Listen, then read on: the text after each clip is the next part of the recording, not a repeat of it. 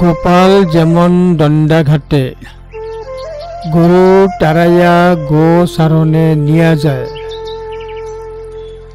সেইরূপ জরা, ক্ষয় এবং মৃত্যু তাদের শেষ পর্যন্ত তাড়না করে। ধম্মপদ 135।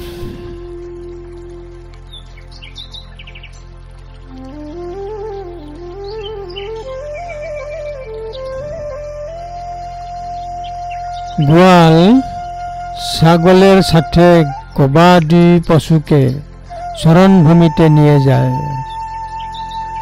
একইভাবে ক্ষয় এবং মৃত্যু জীবের জীবনকালকে চালিত করে।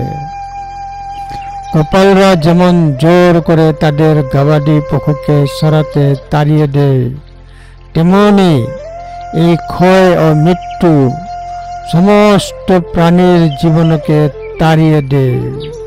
ধম্মপদ 135।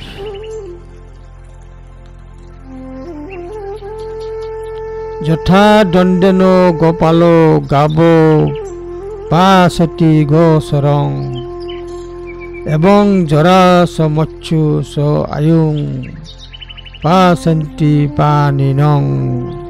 ধম্মপদ 135। যথা দণ্ডেন গোপাল গাব পাশতি গোসরং এবং জরা সমচ্ছু স আয়ুং পাশন্তি পানিনং। ধম্মপদ 135।